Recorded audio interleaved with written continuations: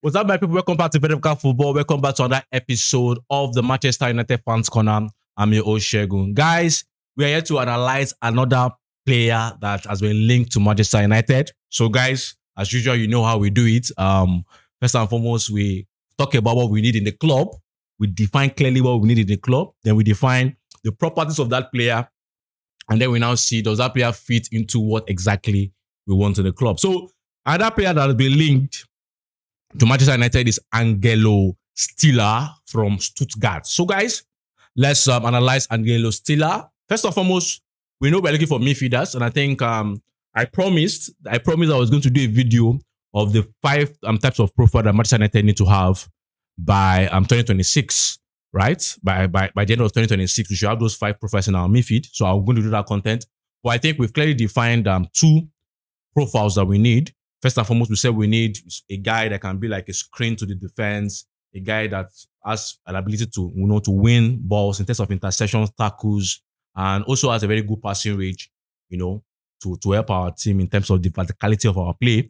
Also, I said the second profile we need and that we need urgently is an high energy, high combative midfielder that runs, to and fro and can help to push the team forward, sometimes with the ball, but in this case, most times, that box to box kind of an energetic person that pushes us forward with his runs with the ball, right? With the run with the ball, we need that. And in certain games, we need that kind of profile. So Angelo Stiller, obviously, me looking at him, he fits into the second. That's the one guy as a screen, as a kind of a range of passes.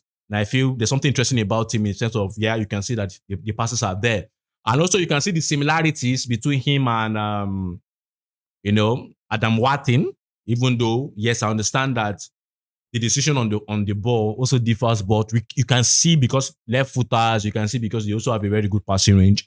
You can see what it brings. So for Angelo Stiller, let's go into what he actually brings. What are the positives of his game? And I think in this aspect, I want to look at the positive of his game and also look at the downside of his game so far. And what we've seen about him, and then we now compare, is this someone we should go for? Because clearly, based on what we said, it fits in part into what we want in one of the profiles of the midfield. But let's look at the positive of his game and then look at the other side of his game. And then we compare, is it worth going for? So I think the first thing is that positive is one of the fact that the guy has good passing range. I think good passing range. And the ease at which he passes, you can see that this guy is someone that loves to pass the ball. This guy's an high volume passer. And I think that's one of the major difference between Stiller and Watin is the fact that, and also it's also a factor of the league you play for and the club you play for and, the approach of your club you play for. So Stiller is much more of a high volume passer. When you see the number of passes he passes per 90, it's high volume. When you even see him play, you see that this guy is someone that really, really will be a player that loves to touch the ball and pass the ball.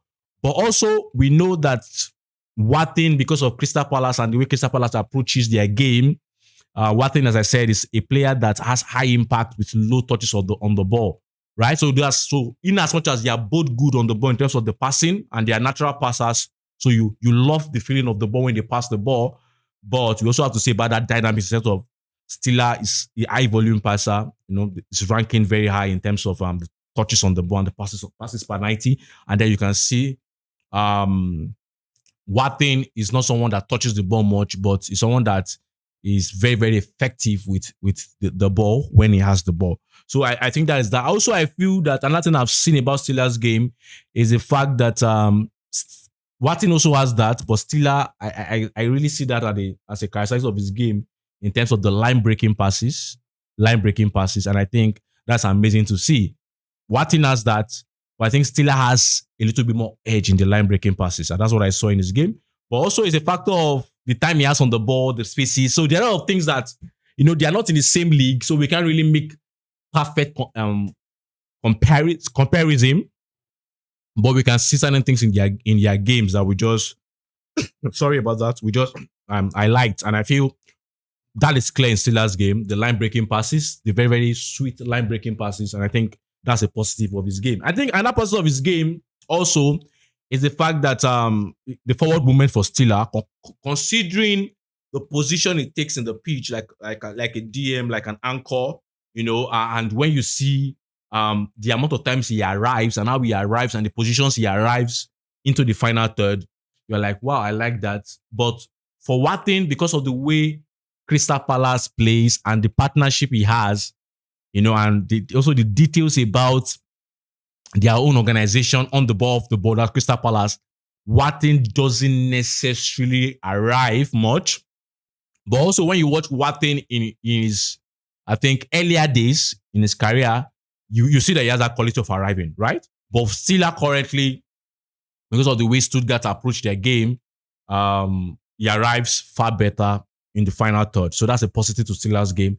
He appear well in the final third, and that could be a very, very good prospect. I think I said that even again about Watkins, the ability to carry the ball and also push forward, not just with passes, but also push forward by you moving forward in the game. I think that was a very good part of Steeler. But now let's go to the downside of Steeler. First and foremost, when we see the play of Steeler, when we see the data of Steeler, I think it's good to see, but it's also difficult to analyze because the Premier League is a different ball game, right? It's it's a different ball game. So when you see the movement, you're like, wow, but how can I translate this to the Premier League? And I think that's the issue I've had with the likes of Hujman, the Steeler. When you see what they are doing, you're like, okay, I get it. You are doing it here. But looking at the dynamics of the Premier League, can it actually work this way? And I think first and foremost, we have to talk about the Premier League is a different ball game. And there are certain, for example, in the passing ability of Steeler, there are certain time he has to make decisions. He has a lot more time to make decisions on the ball. That, for example, against that Tottenham match and how tight the midfield was at certain times because of the pressing of Tottenham, are you going to see that kind of time in the Premier League?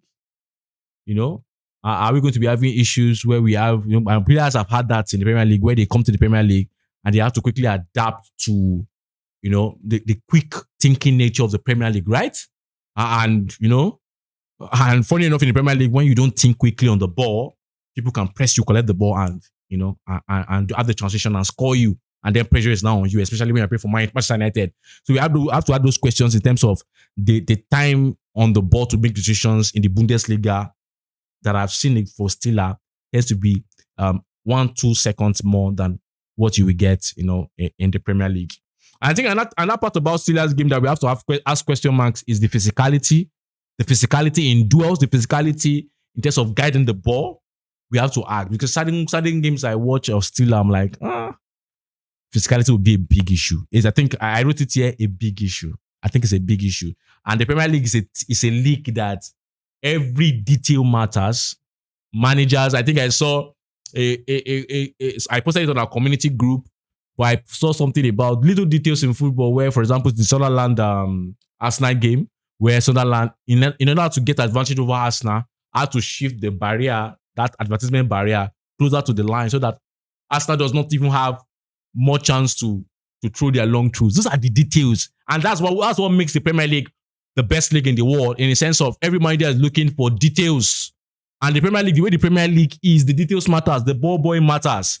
In terms of, we saw Tottenham under Jose Mourinho, how quickly you throw the ball matters, can change the game. Premier League, there are a lot of details that matters. And teams, when they see that about your game, as you see how our goalkeeper situation in terms of buying how they took advantage of those situations, when teams see that you are not a physically strong striker, you are a striker that needs more time on the ball, I'm telling you, I'm not saying you will not boost your physique, but by the time you are trying to boost your physique, they will take advantage of that, really. And so that's another question we need to ask about Steeler. We need to ask about Steeler. And I think the physicality has to do with in terms of ability to guide opponents off, ability to be imposing in duels, ability to, to even defensive contributions is also a big issue about that. Defensive contributions is very, very low. I think Steeler is a fancy football player that I might want to have the likes of French League, the German Bundesliga, the Spanish La Liga, right? But the Premier League and Manchester United, you need someone that, someone that has that defensive contribution, really. And if your defensive contribution is so low, the way Steelers' contribution is so low, I think compared to other midfielders, I think this season and even last season, for Steelers is like 28%. 20% compared to other, that's the percentile really. For Stiller is very, very low. Very, very low. And I think that's too low for someone that we want to act as a screen for our defense. It's even low for anybody that is going to be a defensive-minded midfielder in Manchester United. Really, the Premier League is a different ball game. And I think I have to be very, very honest with that. Fancy player, but there are also things we have to work about in terms of how does he work in terms of defensive contributions, tackles. Can he make those tackles, right? Is he physical enough to make those tackles? So there are a lot of questions. And lastly, I think another question is about the aerial duels. I know Watson also, I complained about aerial duels for Watson. I think this is also a complaint for me. For Stiller, the aerial duels is going to be a problem, really. I see the numbers in the aerial duel. I watch the game and I see if you cannot even win the aerial duels so much in Bundesliga, how do you win the aerial duels in the Premier League? And you see how physical the Premier League is, really. You see how physical the Premier League is. You see the use of long balls currently, right? And you want to be the screen to act, to our defense. And people can just decide to, the need in the Premier League for first balls, second balls, third balls, fourth balls in the Premier League. It's a very, very demanding league. So, for Stiller, I'm not pleased with what I've seen, and I must be very honest. Yeah, you guys you have your opinion, obviously, but for me, I'm not pleased. I'm not saying it's a bad player. It's not a bad player. That's a talent there.